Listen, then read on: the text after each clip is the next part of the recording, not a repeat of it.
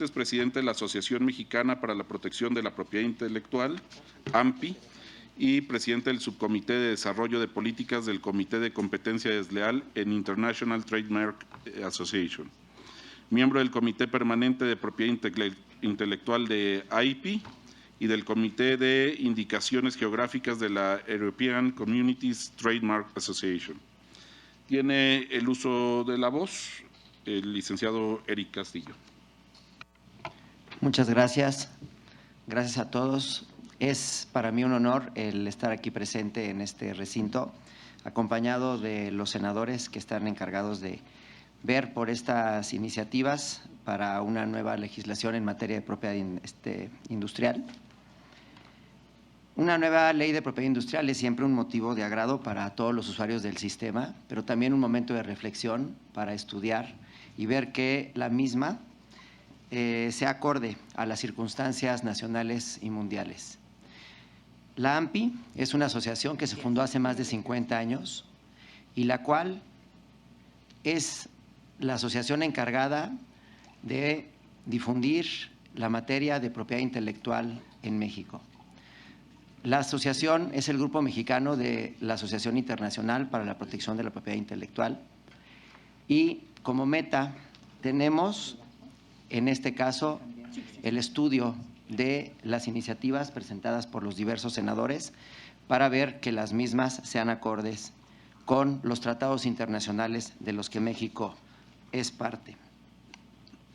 Me da mucho gusto ver que esta ley incorpora nuevas figuras, como lo es, por ejemplo, las caducidades y nulidades parciales. Incorpora figuras como las solicitudes de marca multiclase, el tema de la no obligatoriedad en las licencias de uso en marcas y en patentes. Pero quiero aprovechar esta tribuna para expresar ciertos temas que nos preocupan a la asociación y que quisiéramos que quedaran aquí anotados para que se pudieran discutir, sobre todo por las cuestiones que pueden repercutir en el futuro.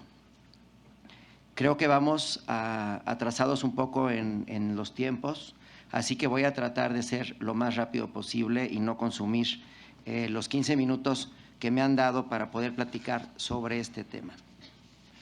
En la mesa pasada hicimos, o más bien vimos, una pequeña recapitulación de todo lo que incorporan estas iniciativas.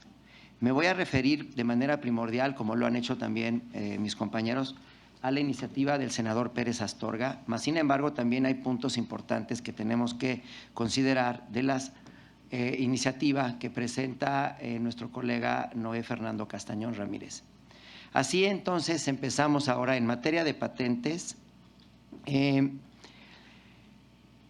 Como coloquialmente sabemos, las patentes son la creación de los innovadores y en este sentido la propuesta, la iniciativa que hace el senador Pérez Astorga en el sentido de limitar el examen de forma a un requerimiento u oficio o en el examen de novedad a solamente 2, creemos que no debe de suceder de esa manera. El día de hoy, por un acuerdo que existe en el instituto, se tienen contemplados 2 oficios en materia de requisitos de forma y 4 oficios en cuestión de fondo y creemos que las cosas deben continuar o quedar de la misma manera. Entendemos la inquietud de acelerar los trámites en la protección de patentes. Sin embargo, con ello solo se va a sacrificar la calidad de las patentes que hoy se tramitan ante el Instituto Mexicano de la Propiedad Industrial. Consideramos que hay muchas otras formas para abatir el rezago, incluso algunas de ellas ya las prevé la iniciativa, como por ejemplo el abandono voluntario o los PPHs. Otra opción podría ser el acelerar el examen de fondo previo pago de tasas oficiales. En nuestra opinión, como expertos en esta materia, hay invenciones que pueden examinarse con una sola o quizá hasta con ninguna. Ya nada más la semana pasada vimos este acuerdo que se firmó entre el INPI y la USPTO, en donde una solicitud presentada en Estados Unidos que luego se reclame en México pues el examen que se haga en Estados Unidos será válido en México, por lo tanto podría pasar limpia una solicitud de patente bajo los lineamientos de este acuerdo. En otras palabras, en casi ningún país se limita el número de oficios o requerimientos. Esta facultad se deja abierto a la autoridad. Dejarlo como está el día de hoy, esto es, 2 oficios para el examen de forma y 4 para el examen de fondo, no significa volver a la dilación, pues existen figuras ya establecidas en la ley que regulan la efectividad en tiempos. Otro tema que nos gustaría dejar aquí claro en materia de creaciones nuevas es el que tiene que ver con la aplicación industrial. Consideramos que en el texto falta coincidencia de términos, toda vez que en la fracción cuarta del artículo 45 se incluye la palabra posibilidad y en el artículo 48 se menciona la palabra susceptibles.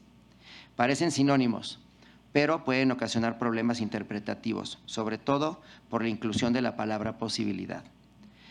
Por lo tanto, en nuestra opinión, debería prevalecer el término susceptible en ambas disposiciones legales.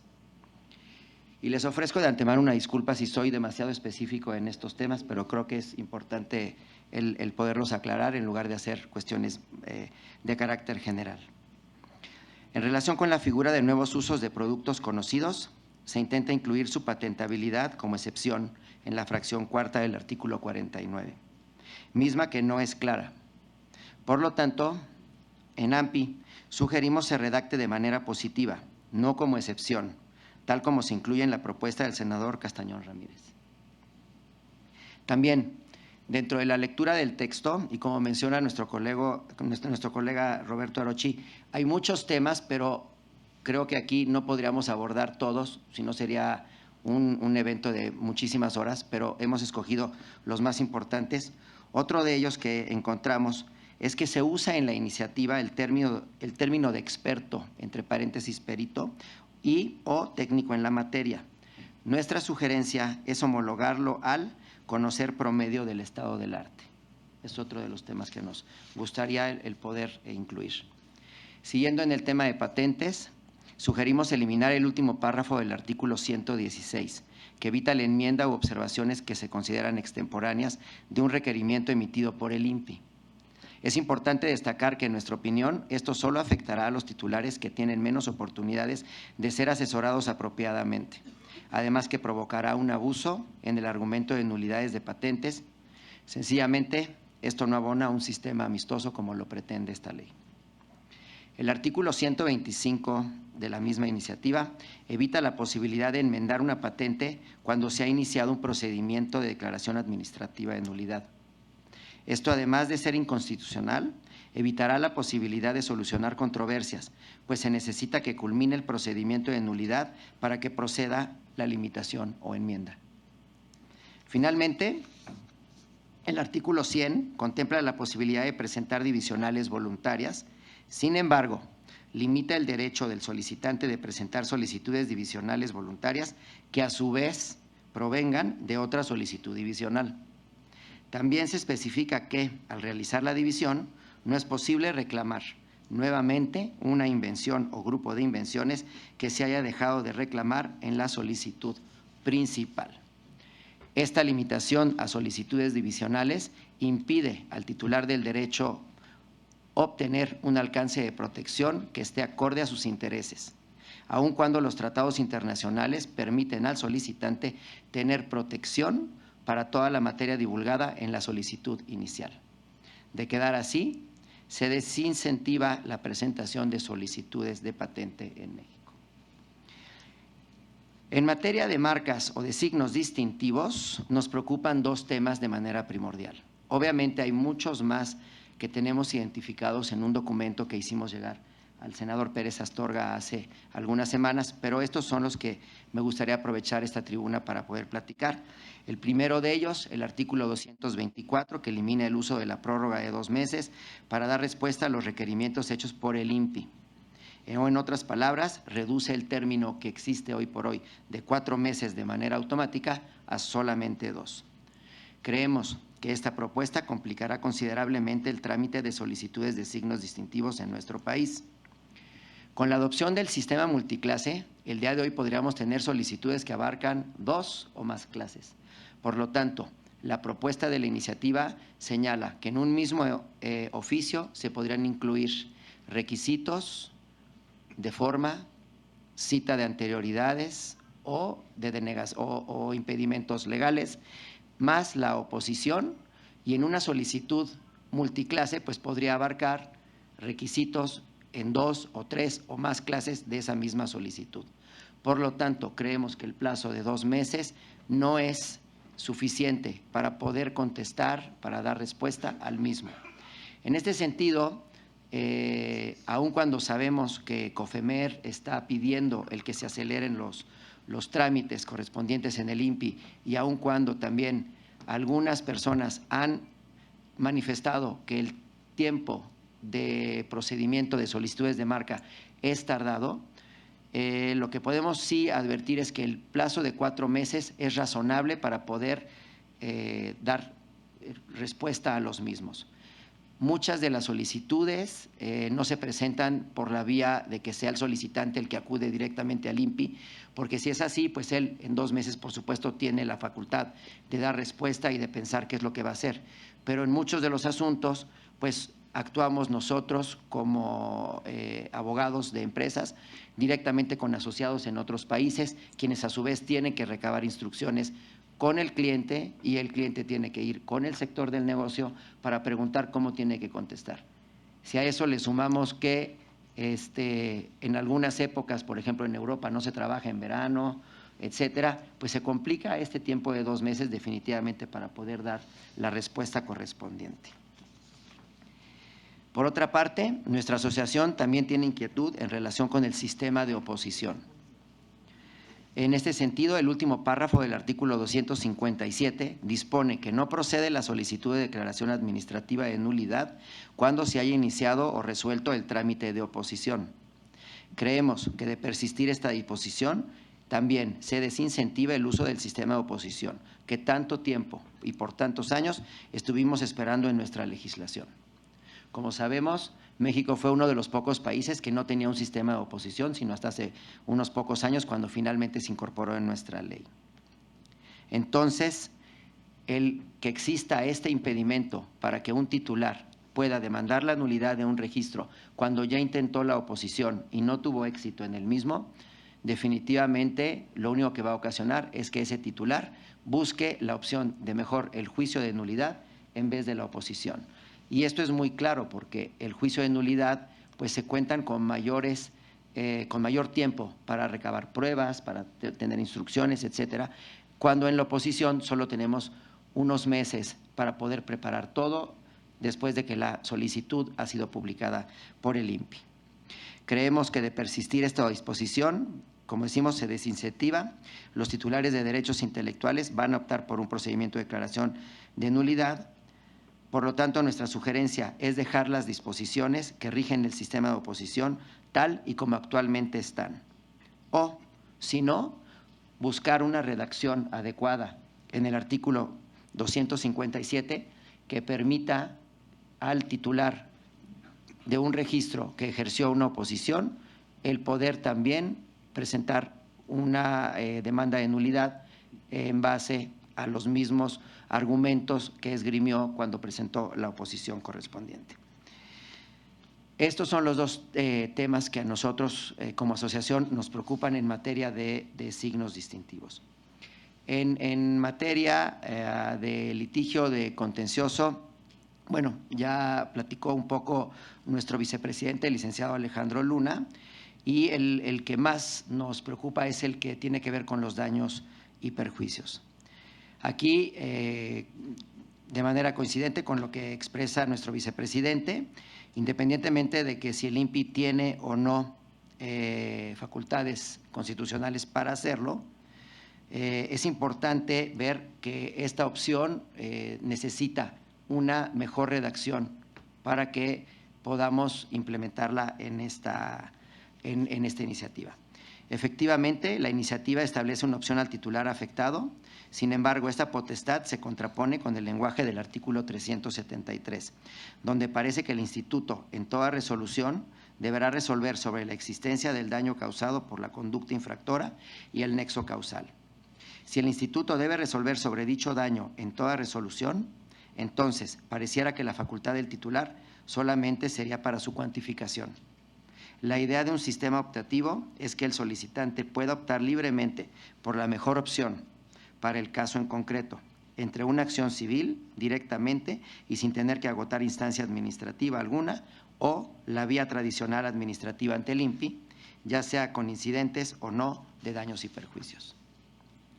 Otra situación anómala respecto a la eventual cuantificación en el INPI se revela en el mismo artículo 373, que señala que podrá presentarse de manera incidental el reclamo a los 15 días en que surte efectos la notificación, pero esto solo cuando la resolución sea exigible. Debemos resaltar que ello no soluciona el problema actual, pues prácticamente nos dejaría en la misma situación de tener que esperar la culminación de un procedimiento administrativo en todas sus instancias para empezar el reclamo de daños. En la hipótesis que plantea la iniciativa, el problema es aún mayor que el actual, pues el artículo 374 contempla que el INPI no tiene facultades para ejecutar las resoluciones de daños y perjuicios. Entonces, después de esperar a una resolución administrativa exigible, un incidente de daños cuestionando constitucionalmente, terminaríamos acudiendo a los tribunales a exigir la ejecución de la sentencia de daños. Siguiendo en este tenor, también consideramos que el artículo 362 establece un catálogo muy amplio del concepto uso de marca, que solo va a propiciar abusos e incertidumbre. Consideramos conveniente dejarlo como está ahora. Tocando otros temas relacionados con esta área, vemos que en la iniciativa no se ha incluido infracción de procesos patentados y deberá incluirse la infracción de nuevos usos patentados. Finalmente, la iniciativa tampoco prevé ni soluciona los supuestos derivados del cuestionamiento de los derechos exclusivos que se hacen valer, es decir, las nulidades de registros o patentes solicitados en vía de reconvención o de forma separada. Consideramos que por este solo hecho la propuesta está incompleta y podría aparejar mayores problemas a los que pretende solucionar. Por ello, en este caso en particular, se sugiere una revisión minuciosa de la propuesta y atender a la solución planteada en la iniciativa del senador Castañón Ramírez. Estos son los temas que a nosotros como asociación nos gustaría tratar en las futuras mesas o en el diálogo que pudiéramos tener con esta Cámara de Senadores. Creemos que la ley en su aspecto general es muy positiva. Estamos totalmente de acuerdo en que exista una nueva ley de propiedad industrial. Solamente nos gustaría el que tuviéramos la oportunidad de trabajar en estos temas. México es un país que siempre ha respetado la propiedad intelectual. Desde 1820, cuando estaba el decreto expedido por las Cortes Españolas para dar protección a los inventores, hasta el día de hoy, creo que al final del día tenemos un buen respeto a los derechos intelectuales de los creadores e innovadores, pero pues ahorita es una oportunidad valiosa que debemos de aprovechar todos y cada uno de nosotros para sacar el mejor producto legislativo, como dijo el senador Gama, de esta Cámara de Senadores. Muchas gracias a todos. Esto sería la participación de parte de la Asociación Mexicana para la Protección de la Propiedad Intelectual y estamos a sus órdenes para poder acompañarlos en todo este proceso legislativo. Gracias a todos.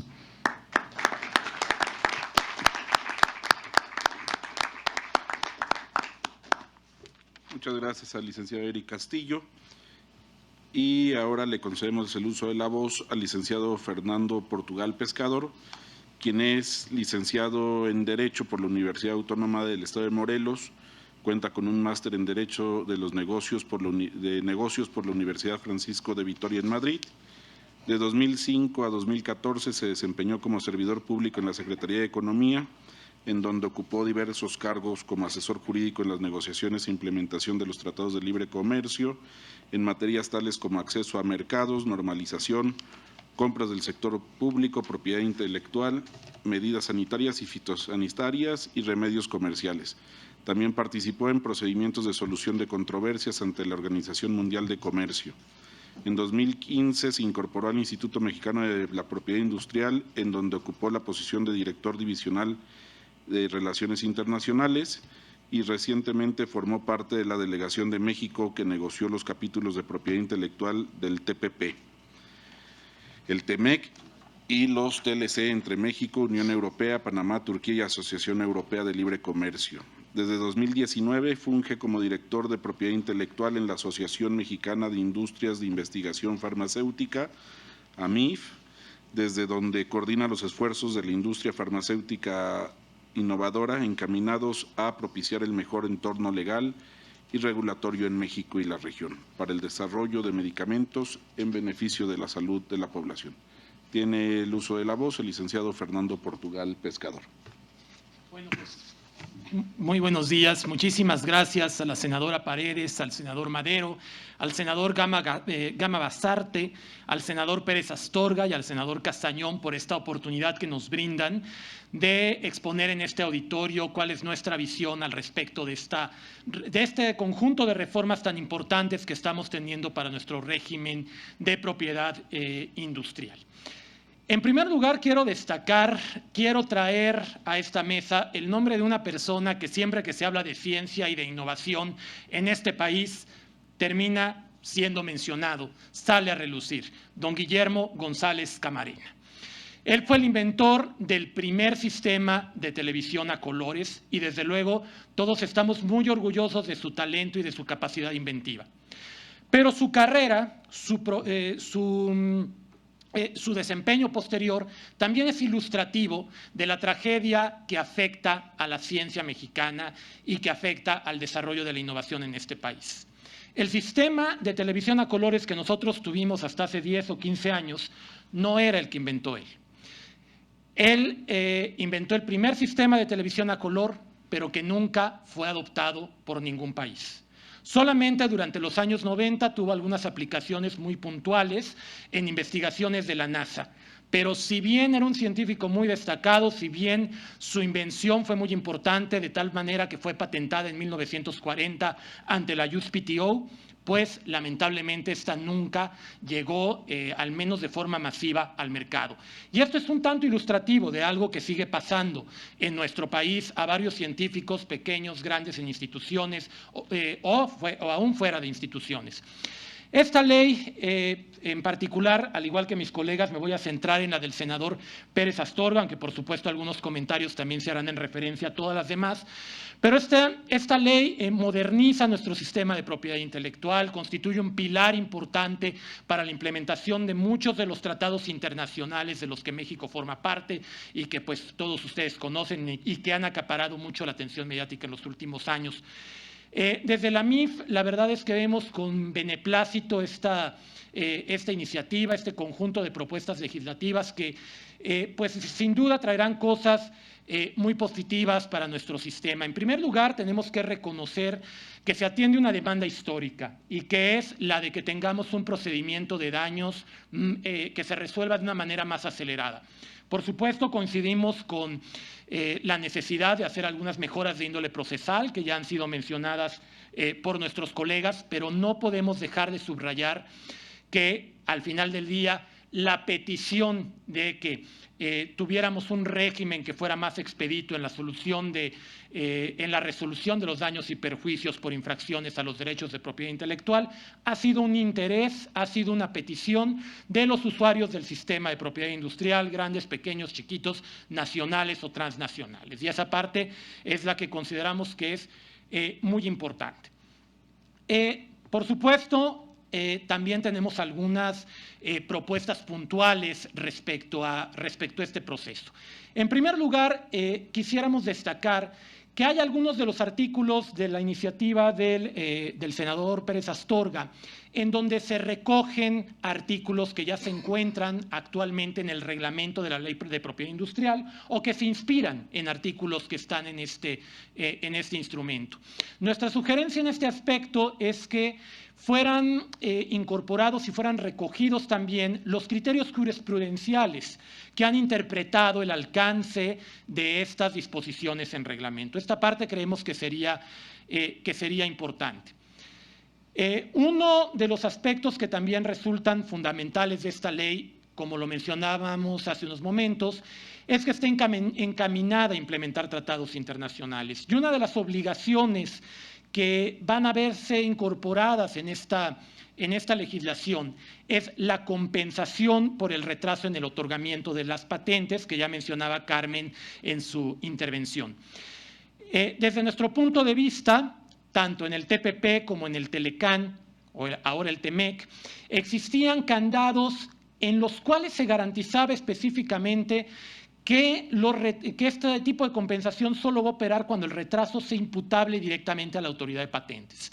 Y creemos que efectivamente en esta iniciativa se recogen adecuadamente esas medidas que están plasmadas en estos dos tratados internacionales que refiero. En esta materia, respecto a esta disposición, la sugerencia que nosotros tendríamos es que el tiempo de compensación fuera equivalente exactamente al retraso, tal y como está previsto en la iniciativa del senador Noé Castañón. Creemos que eso mejoraría muchísimo el ámbito de aplicación de este artículo y sería completamente compatible con el espíritu de los tratados internacionales en los que está contenida. El aspecto acerca de nuevos usos, que ya ha sido mencionado, creemos que también es importante que la nueva ley de propiedad industrial tenga mucha claridad en este respecto, en cuanto a la observancia, en cuanto a la protección de nuevos usos. ¿Por qué es relevante esto? Sin duda, porque muchas de las invenciones que realizan nuestros científicos en el país son aquellas que son llamadas innovaciones de eficiencia. Es decir, aquellas que mejoran un producto que ya está conocido, que ya está inventado, pero que crean algo nuevo, que crean una mejora que hace que tengan alguna utilidad importante en el mercado o entre los consumidores. Por lo tanto, creemos que sí es muy importante a fin de incentivar el desarrollo tecnológico nacional, que haya mucha claridad en este tema. Uno de los aspectos que en materia de observancia son recogidos en la iniciativa del senador Pérez Astorga es la contrafianza.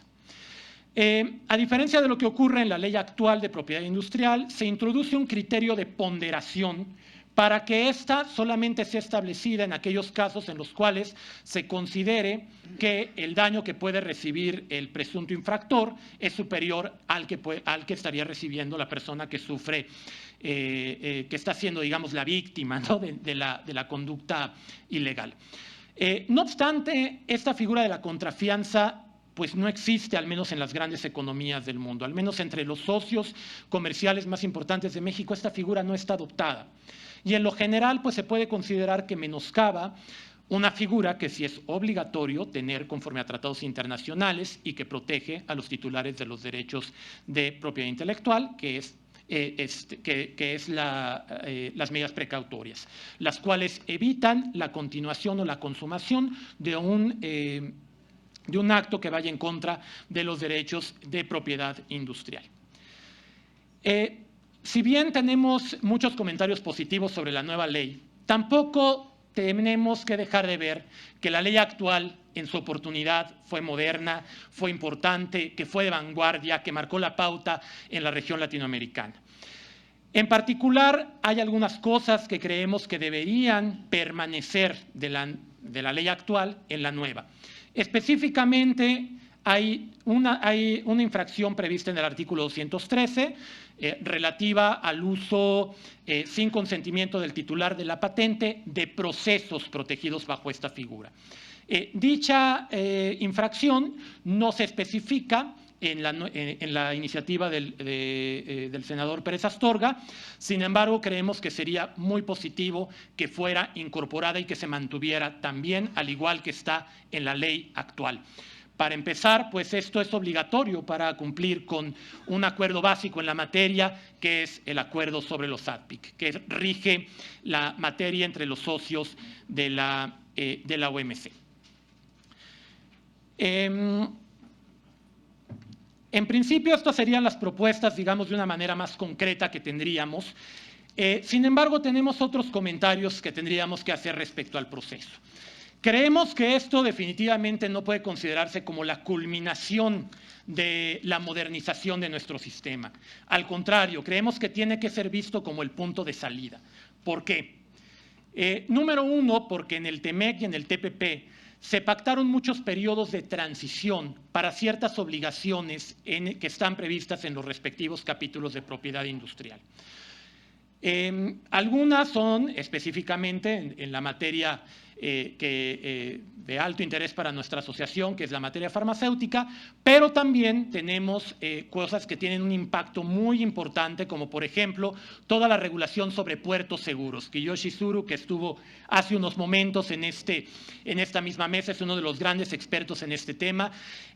La sección, el anexo sobre puertos seguros, que es relativo a las medidas que se tienen que hacer para incentivar la participación de los proveedores de servicios de Internet en el respeto a los derechos de propiedad industrial, va a ser una revolución en lo que respecta al uso de Internet.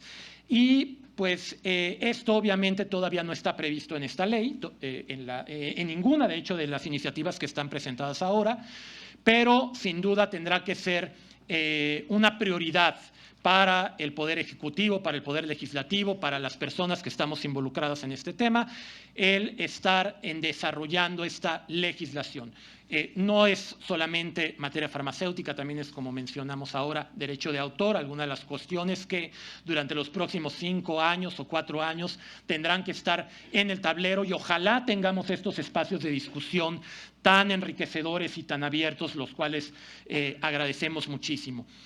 Y también hay otro factor importante para considerar que pues, el tema de propiedad intelectual todavía está abierto.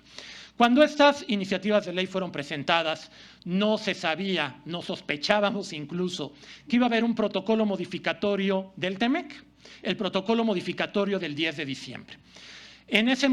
Aunque, digamos, el tema que más ha acaparado la atención en cuanto a propiedad intelectual es que se eliminó la disposición relativa a protección de datos de medicamentos biológicos, también hubo otras disposiciones que fueron enriquecidas y que fueron aumentadas, por decirlo de esta forma.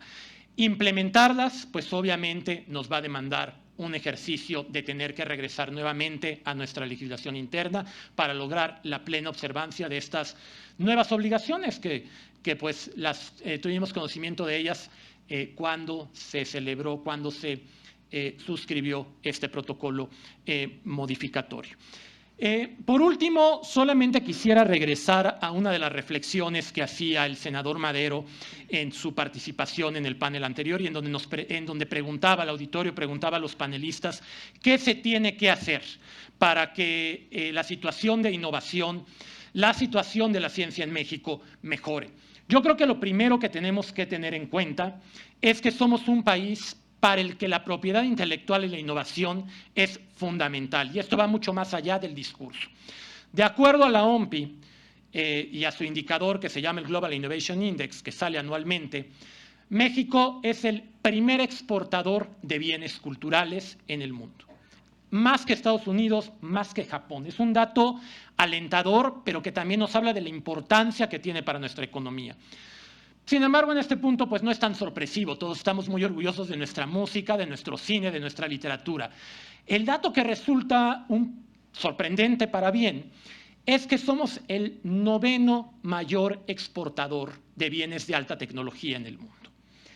¿Cómo nos hace esto match con todo lo que hemos hablado acerca de que los mexicanos no presentan patentes, que el desarrollo de la investigación científica aquí en México todavía está muy limitado? Bueno, no se necesita ser un economista experto para concluir que esa innovación que usamos, que esa innovación de la que depende nuestra economía, pues es innovación que se desarrolla en el extranjero y que se maquila aquí. Pero es muy importante que tengamos en cuenta que aquí tenemos empresas, que aquí tenemos las plantas que usan la innovación y la venden y la exportan al resto del mundo. ¿Qué se puede hacer para mejorar la ley? Que era la pregunta expresa que hacía el senador Madero. Pues en primera yo creo que tendríamos que voltear más hacia las facultades del INPI que van más allá del patentamiento de invenciones y de registro de marcas y que en la iniciativa presentada por el senador Pérez Astorga están a partir de la fracción 20 del artículo 5. Y que en cierta manera recogen muchas facultades que ya están en el artículo 6 actual y se robustecen, cosa que consideramos muy positivas. Y básicamente van encaminadas todas estas tareas, todas estas facultades que se le dan al INPI para vincular a la empresa con la academia. No lo dice expresamente así, pero realmente creo que es como las podríamos resumir. Las empresas necesitamos saber qué están haciendo nuestras universidades, nuestros investigadores, pero también las universidades necesitan conocer cuáles son las necesidades de la industria y las necesidades también de la gente, las necesidades de la población y del consumidor aquí en México. Necesitamos tener este diálogo y pues afortunadamente el INPI va a estar, se robustecen las facultades que tienen esta materia, que ya están, no serán totalmente nuevas, pero creo que tenemos que voltear más a ver esta parte, a ver estas tareas. Tenemos una oficina de patentes y marcas que es aplaudida, que es celebrada en el mundo por las labores que hace en materia de trámites, en materia de otorgamiento de marcas y de patentes. Pero también creemos que esta capacidad debe también de encaminarse a lograr esa promoción y fortalecimiento de vínculos academia-empresa en este país. Y me dicen que ya concluyó mi tiempo, pero les agradezco muchísimo por esta oportunidad. Muchas gracias.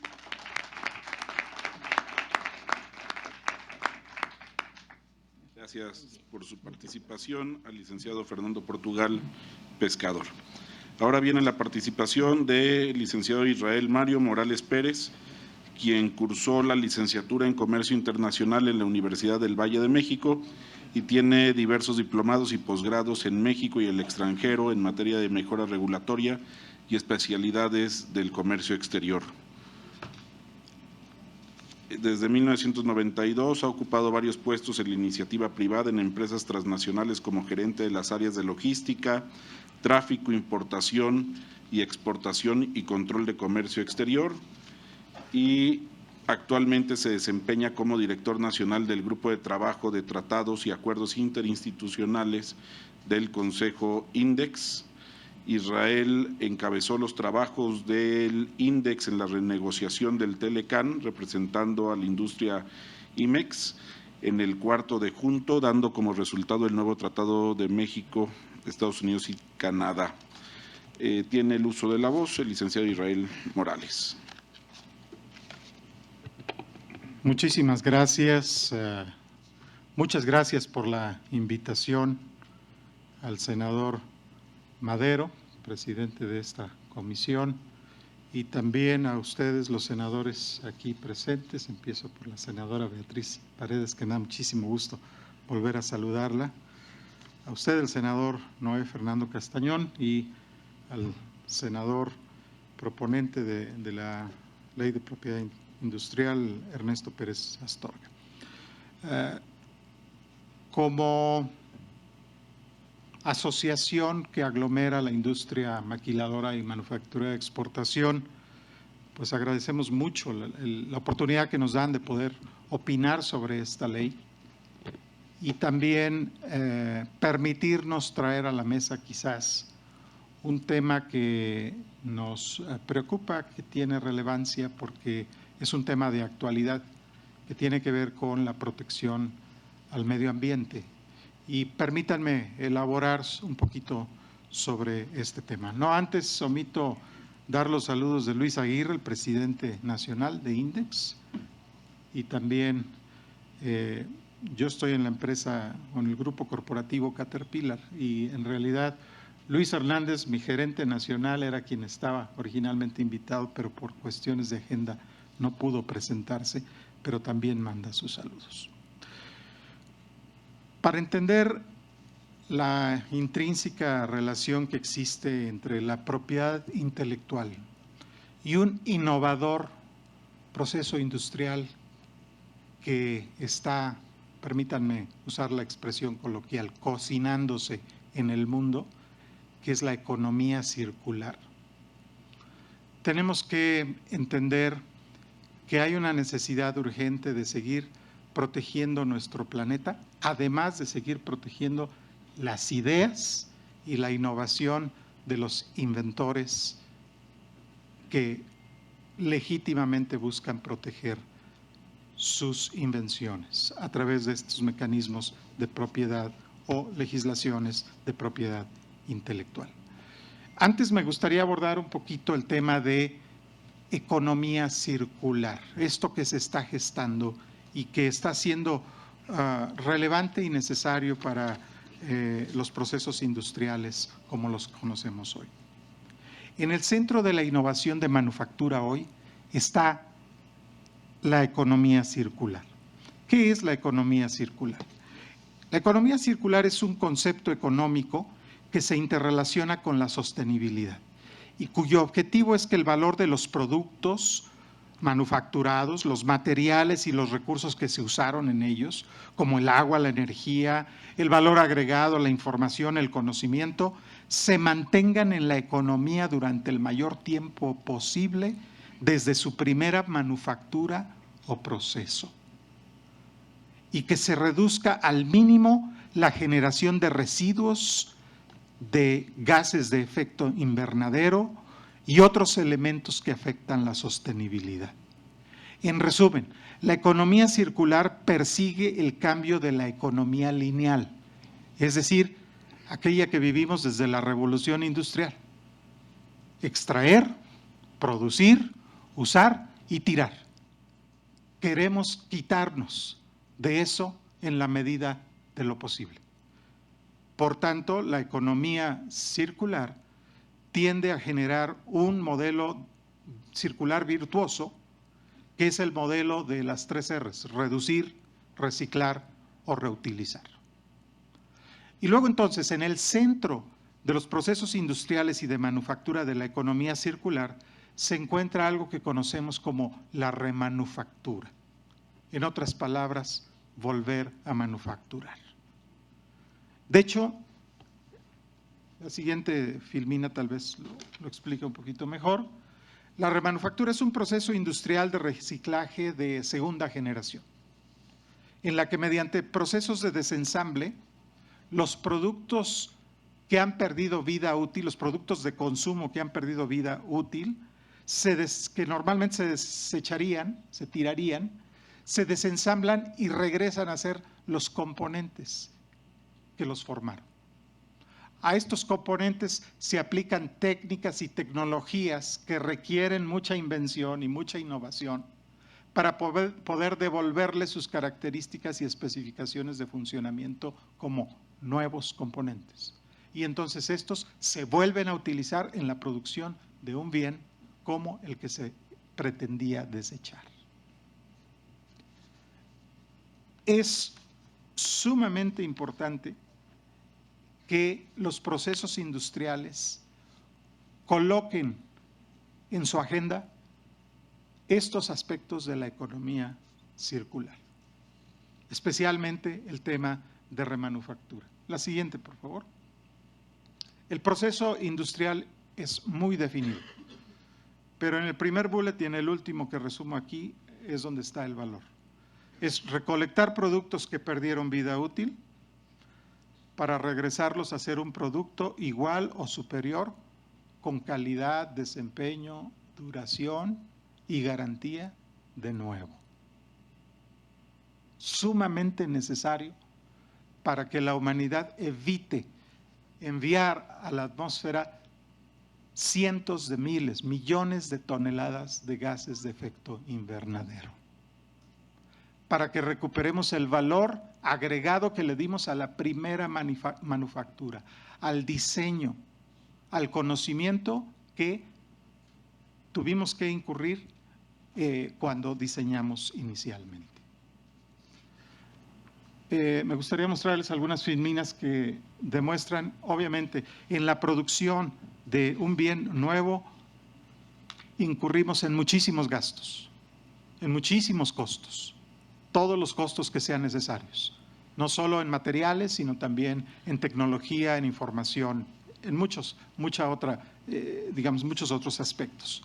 Pero lo importante es aquí detonar que en materia de ahorro, la remanufactura nos regresa, digamos, o nos da la oportunidad de evitar altísimos costos que tiene el manufacturar o el producir un bien desde nuevo.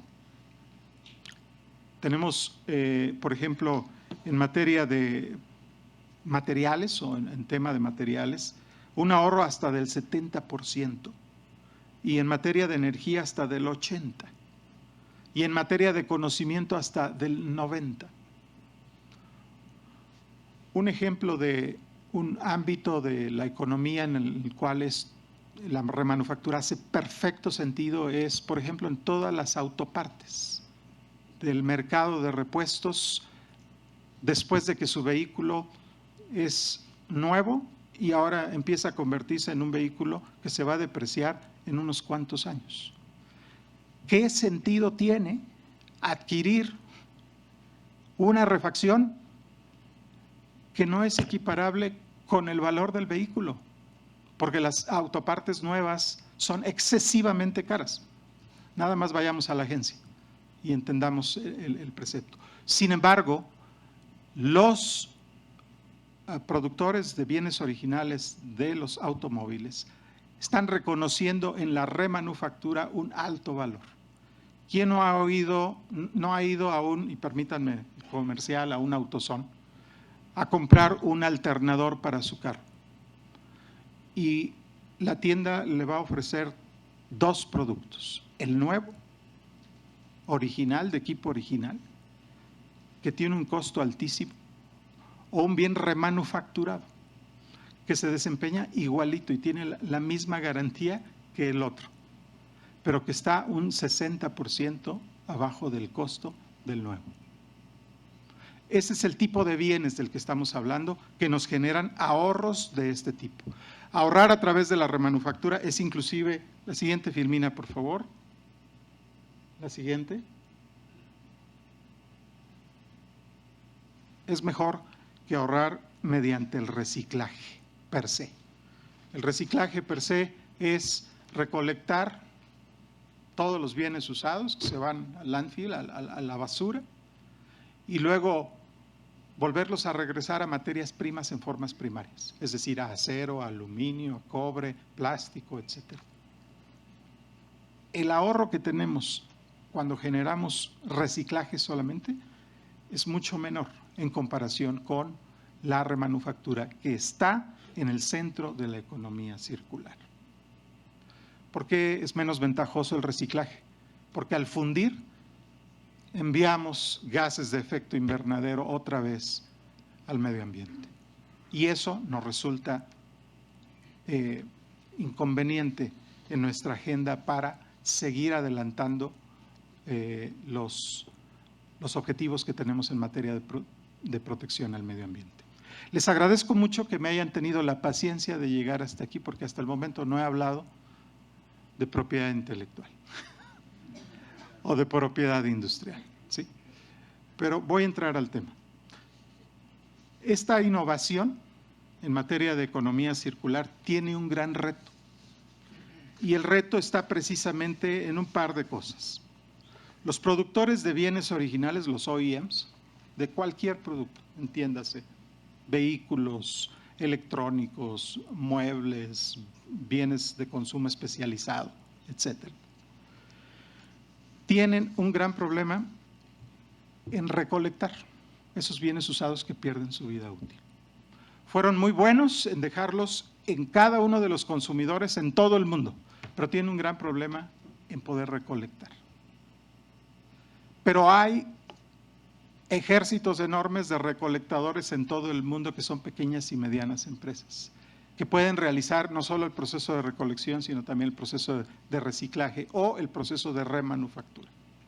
Y los productores de bienes originales, el problema que tienen es que solamente quieren ellos producir los bienes remanufacturados. ¿Por qué? Pues porque ellos tienen las patentes, porque ellos tienen la propiedad industrial. Ese es un gran reto a efectos de seguir creciendo en materia de economía circular. La agenda de Europa y de Asia y de Norteamérica en materia de agenda de economía circular es muy importante. Voy a ofrecer aquí a los senadores dejar un white paper, un documento de estudio de una universidad de Noruega que explica la relevancia que tiene la economía circular para los europeos y el reto que se han puesto para avanzar en este tema antes del 2030. Sin embargo, en materia de propiedad intelectual, déjenme explicarles un poco o abundar un poquito en la explicación de lo que hemos detectado.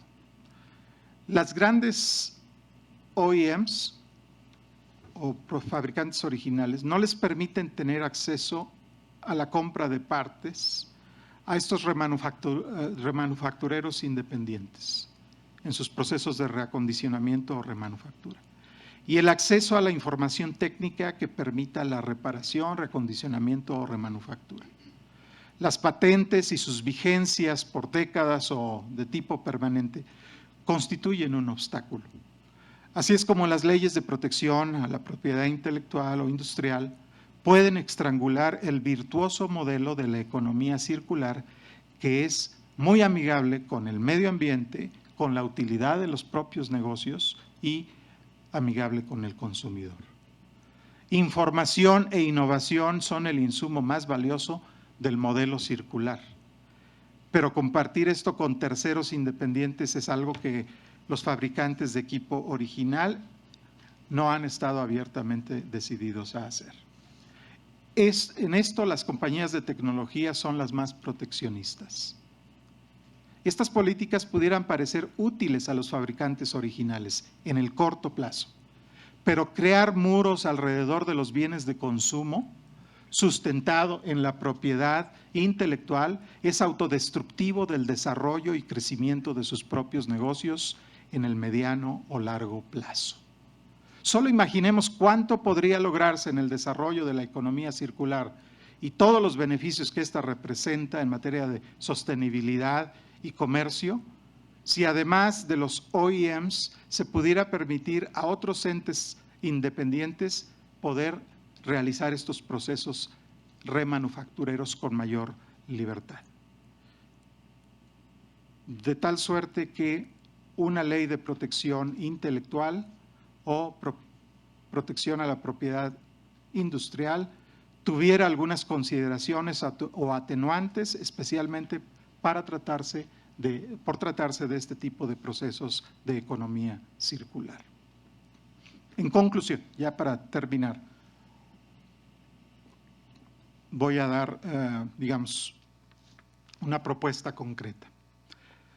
Vemos con muy buenos ojos las propuestas de ley de propiedad intelectual que se están proponiendo en México. Sin embargo, la creación de propiedad intelectual debe poner a la gente en el centro, a la gente que tiene nobles y sobresalientes ideas individuales, quizás apoyadas por grupos o entes económicos o públicos organizados. Pero también debe tener en el centro a la gente que usa y se beneficia de dichas ideas. Pero también debe equilibrarse su alcance y aplicación cuando se trata de impulsar una agenda urgente para mantener la sostenibilidad de nuestro planeta. Me refiero obviamente a la economía circular. Por lo tanto, nuestra propuesta es solicitar al legislador valorar estas ideas con el fin de crear un marco legal que mantenga el equilibrio entre la propiedad industrial y la economía circular. Algo que, reitero, es urgente para la supervivencia de la humanidad. Muchas gracias. Muchas gracias, senadores.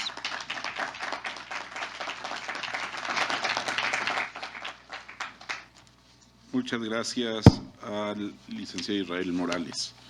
Bueno, damos por concluida la ronda de presentación de los tres expositores para abrir una sesión de preguntas y respuestas, no sin antes comentar a sendos participantes que en la Comisión de Economía recibimos las propuestas.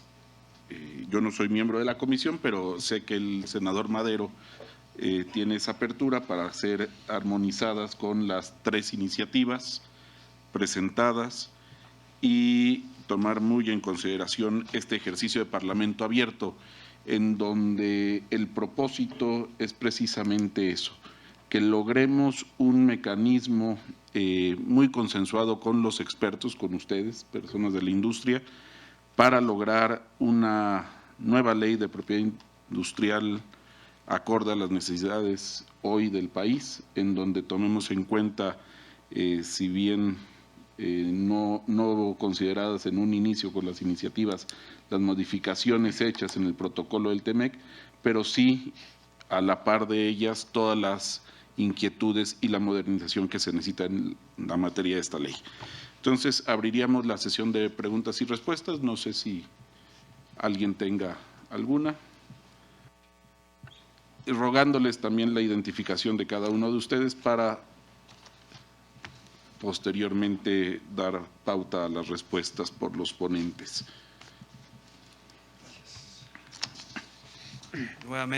Nuevamente Roberto Arochi, presidente de la Comisión de Propiedad Intelectual de CONCAMIN. Más bien yo quiero aclarar algún punto de mi presidente de AMPI, Eric, en relación con la multiclase. Yo sí quiero que quede muy claro que la multiclase salió a un lado cuando nosotros aceptamos como gremio el protocolo. Entonces, si ya hubo un compromiso por parte del gremio para no tener la multiclase, pues yo creo que se debe de cumplir. Punto número uno. Punto número dos, nunca se ha demostrado que realmente tiene un efecto positivo para los titulares. La ventaja para uno y para otro es que se van a pagar menos derechos y el argumento de muchos es que nosotros vamos a ganar menos. Yo creo que ese argumento yo creo que lo debemos dejar a un lado y yo creo que tenemos que ver la efectividad de lo que es la multiclase. Si nosotros vamos a tener todo en un oficio y vamos a hacer el examen para las 3 o 4 clases, yo tengo mis dudas. Yo creo que lo único que queremos es que haya un sistema más efectivo y no que alarguemos los tiempos. Entonces, creo que es básico que por lo menos lo que somos de CONCAMIN, que se analice y que nos diga el senador cuáles son las virtudes de la multiclase, porque veo que algunos países los tienen, pero pues también veo que tiene sus desventajas por el cambio de sistema, del software, por el cambio de tiempos, y lo que queremos es que sea ágil y no por ahorrarnos unos pesos, vamos a hacerlo, número uno. Número dos, y creo que es importantísimo, hay que analizar cuántos presentan más de 3 clases y vamos a ver que pues casi nadie lo hace. Entonces, veamos la efectividad. Creo que es más importante como decir, oye, ¿por qué estás quitando o por qué no estableces proteger los colores aislados? Si es una tendencia mundial, ¿por qué lo dejas a un lado? ¿O por qué la prueba de uso no aclaras toda la problemática que hemos tenido durante los últimos 20 años de lo que se entiende por uso real, uso activo, etcétera? Esos son los únicos puntos que quería nada más fortalecer a lo que dijo mi presidente. Muchas gracias, Roberto. ¿Alguien más?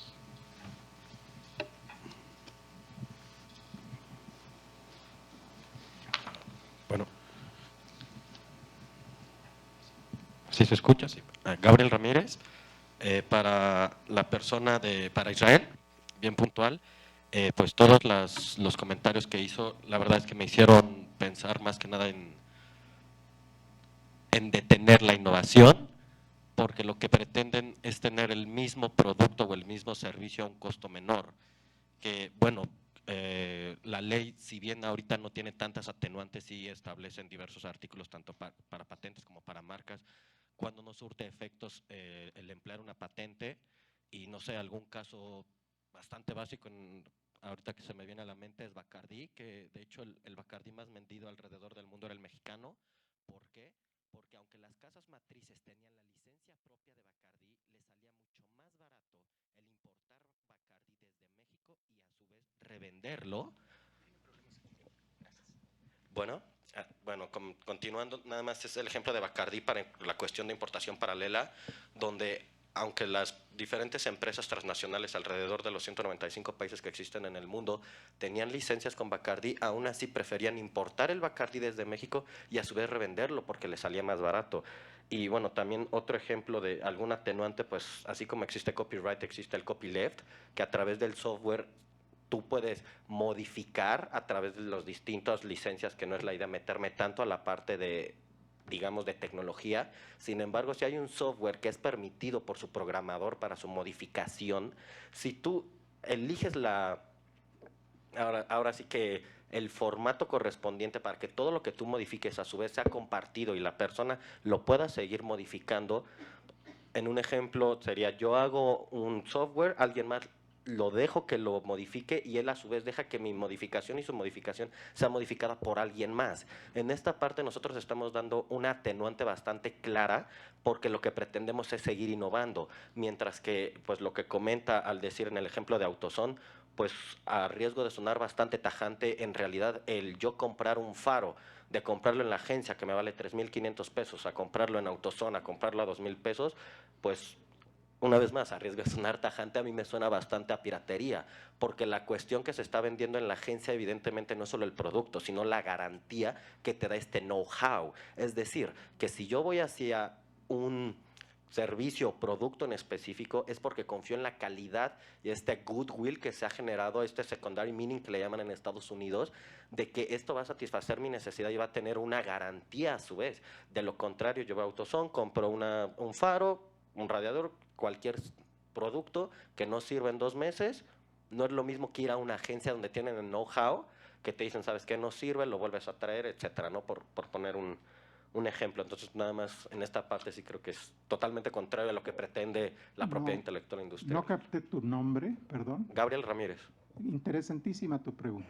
Y a lo mejor quizás no me expliqué con plenitud. Perdón, don Gabriel, el Sí. moderador va a dar. Permítame tantito. Vamos a... ¿Hay alguna otra pregunta? Sí, no. A ver, cerraríamos la ronda de 3 preguntas para dar respuesta a todas. Perdón. Y tengo anotada a la senadora Beatriz Paredes después del licenciado Luna. Sí, mi nombre es Alejandro Luna, vicepresidente de AMPI. Y yo nomás quisiera pues, confirmar y puntualizar lo que ya dijeron mis colegas respecto a la parte del trámite de registro de marcas y trámite de patentes. Las reformas que se están proponiendo pues son bienvenidas en el sentido que pretenden que el trámite sea más ágil y sea más amistoso y sea mucho más fácil, no solo para la gran corporación o la gran compañía, sino para el ciudadano de pie, y todos estamos de acuerdo en ello. Sin embargo, también consideramos y hemos presentado por escrito nuestros comentarios y nuestras justificaciones de por qué no necesariamente ese objetivo se alcanza en recortando algunos términos o disminuyendo algunos plazos. Hablando de patentes, el reducir la posibilidad de 4 oficios en el examen de fondo a 2, lo único que va a pasar es sacrificar el examen de patentabilidad y la calidad de las patentes que se otorgan en México. Entonces, consideramos que esa no es la solución. Hay otras figuras que incluso ya se están proponiendo en la misma iniciativa para evitar una dilación en el trámite de patentes, por ejemplo, en los PPHs, la posibilidad de abandonar voluntariamente las patentes, que hasta el día de hoy no existía esa posibilidad. El mismo titular no podía solicitar el abandono de la patente. La propuesta del senador Astorga ya lo contempla. Solo ese hecho puede abatir el rezago que existe en el INPI en solicitudes de patentes. Y no necesariamente recortando estos plazos de 4 a 2, que lo único que va a propiciar es patentes mal otorgadas impugnaciones en contra de las negativas de patentes y sacrificar la calidad de las patentes en México. Lo mismo acontece con el trámite de marcas. Ese es mi único comentario. Gracias. Muchas gracias. Entonces, para cerrar esta primera ronda de preguntas, le concedemos el uso de la voz a la senadora Beatriz Paredes. Yo quiero ofrecer una disculpa porque tenemos reunión de la Comisión de Migración y es reunión para dictamen, entonces no voy a poder permanecer. Lamento perderme la próxima sesión, que es muy relevante, además con quienes tienen responsabilidades de tiempo atrás en este tema. Saludar a varios de ustedes con quien he tenido oportunidad de compartir otros momentos, decirles que se queda la asesora de la Comisión en materia industrial, la licenciada Adriana Moreno, y que estaremos muy atentos. Yo observo, como un comentario final de mi parte, dos dimensiones en el debate que se está dando en las propuestas. Hay una dimensión conceptual, filosófica, compleja, que no se resuelve con la ley de derechos de propiedad intelectual o de propiedad industrial, que tiene que ver con el nuevo mundo que está llegando, que plantea para la propiedad intelectual y para la creación intelectual enormes retos, tanto porque es la era de la sociedad del conocimiento y tuvimos una revolución en materia de telecomunicaciones e informática que reproduce y multiplica las posibilidades de compartir datos y con ello de creación, y ahí está todo el horizonte de la inteligencia artificial y toda la evolución vertiginosa del área de comunicaciones y telecomunicaciones, que nos plantea escenarios muy distintos para la propiedad intelectual. Y este nuevo mundo, que al mismo tiempo que está en esta revolución acelerada tecnológica, tan compleja, global, no nacional, no local, etcétera, el otro gran desafío, que es el debate que planteó Gabriel con mucha atingencia, de el desafío para el modelo económico global que representa la preservación del medio ambiente y la sustentabilidad. Y esto nos lleva al debate filosófico entre consumismo y satisfactores para la sociedad. Es otro nivel de debate. Y qué bueno que hizo usted esta pregunta, porque nos refleja el debate. Ese es el debate exactamente que se está dando. Yo creo, por otro lado, que las aportaciones muy puntuales que escuchamos en el panel anterior y en este, que tiene incluso propuestas de reformas para lo que bien señalaba el licenciado, que el propósito de agilizar sea realmente agilizar, no sea superficializar o frivolizar algunos temas. Me parece que han hecho todos un excelente trabajo y simplemente concluyo. Creo que para los grandes temas de por qué se desarrolla o no se desarrolla la producción de patentes en México, pues tenemos que tener un tipo de discusión que trasciende a esta ley. Tiene que ver con políticas, tiene que ver con una noción sistémica, tiene que ver con el tipo de cultura, tiene que ver con el estadio de desarrollo histórico, tiene que ver con financiamiento, en fin, es otro rango y otro ámbito de discusión, pero no la podemos eludir, y creo que nos invitan, nos dejan una invitación implícita a que las comisiones que nos vinculamos con ese tema también podamos posteriormente hacer una gran reflexión y valoración en la incidencia de todos estos factores. Yo quiero nuevamente reconocer al senador Castañón, al senador Pérez Astorga, al senador Gama por sus iniciativas y a la Comisión de Educación, y perdón que tenemos que seguir en otras cosas. Gracias. Gracias, senadora.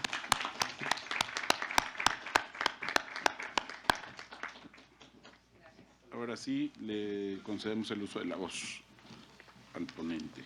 Muchísimas gracias, senador Castañón. Muy interesante tu pregunta.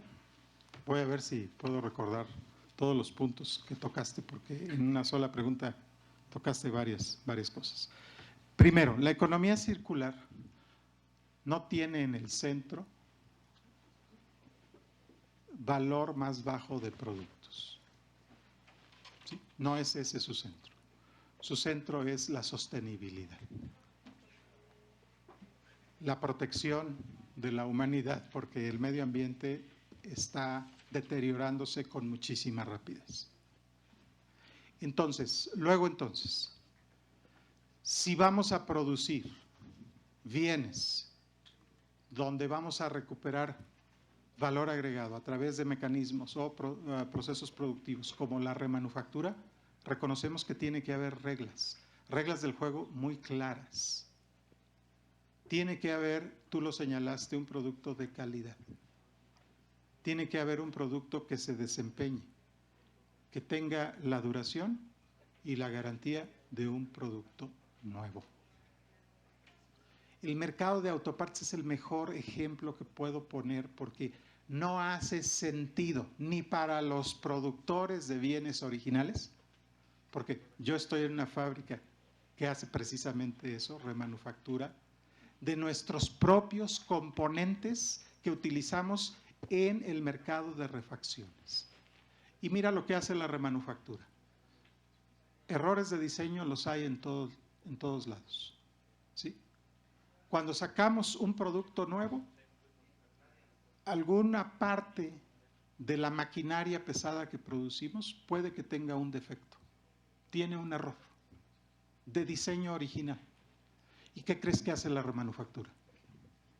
Lo corrige y le entrega al consumidor un bien que es mejor, a mucho mejor costo, por todas las virtudes que tiene la remanufactura. Pero además, no le estamos enviando al medio ambiente gases de efecto invernadero al volver a tener que fundir el acero, maquinar las carcasas que requieren los pistones hidráulicos que remanufacturamos. No sé si me explico. Entonces, es muy virtuoso, el círculo es muy virtuoso. No pretende atentar contra la propiedad industrial, más bien pretende equilibrar. Pretende traer a las dos partes y decir, como productor original, puedo tener la disposición de acordar con terceros que puedas producir los bienes que hace sentido. ¿Y cuáles son los bienes que hace sentido? Yo siempre lo resumo de una manera muy sencilla. Cualquier cosa que te da pena tirar, que dices, ¿cómo tiro esto? Pues si se ve casi nuevo. Es un objeto que pudiéramos remanufacturar y que quizás haga sentido, ¿no? Estoy de acuerdo, no todo hace sentido que sea remanufacturado, ¿no? Siempre habrá el espacio para los bienes nuevos, pero si los pensamos y los diseñamos desde una perspectiva de volver a darles un nuevo ciclo de vida, entonces estaremos en el círculo virtuoso de la economía circular. Muy bien. Muchas gracias. Bueno, con esto concluiríamos esta segunda mesa.